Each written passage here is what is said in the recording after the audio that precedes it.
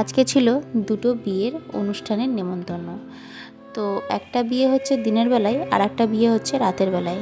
যেহেতু দিনেও নেমন্তন্ন রাতেও নেমন্তন্ন, সেই কারণে কিন্তু আজকে রান্নাবান্না বাড়িতে নাই বললেই চলে। ওই সকালের হালকা পাতলা কিছু করা হয়েছে, তারপরে কিছুই করা হয়নি। আর রান্না যেহেতু নাই সেহেতু বাড়িতে কাজ কিন্তু অনেকটাই কম।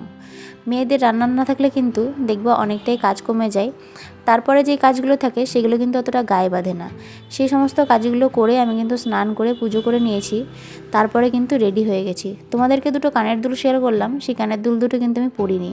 যেহেতু দিনের বেলার অনুষ্ঠান, কানের দুল দুটো খুবই উগ্র লাগছিল।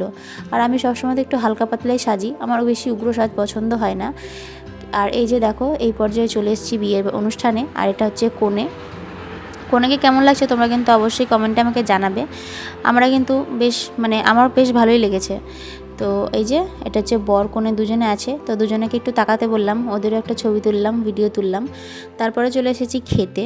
আর এই যে খাবার খেতে বসে পড়েছি। এখানে ছিল মাছ, ডাল, সবজি, চিপস। খেতে বসলে এই হয়, সব খাবার দিয়ে চলে যায়, আমার কিন্তু খাবার শেষ হয় না। তো ব্লগটা কেমন লাগলো অবশ্যই বলো।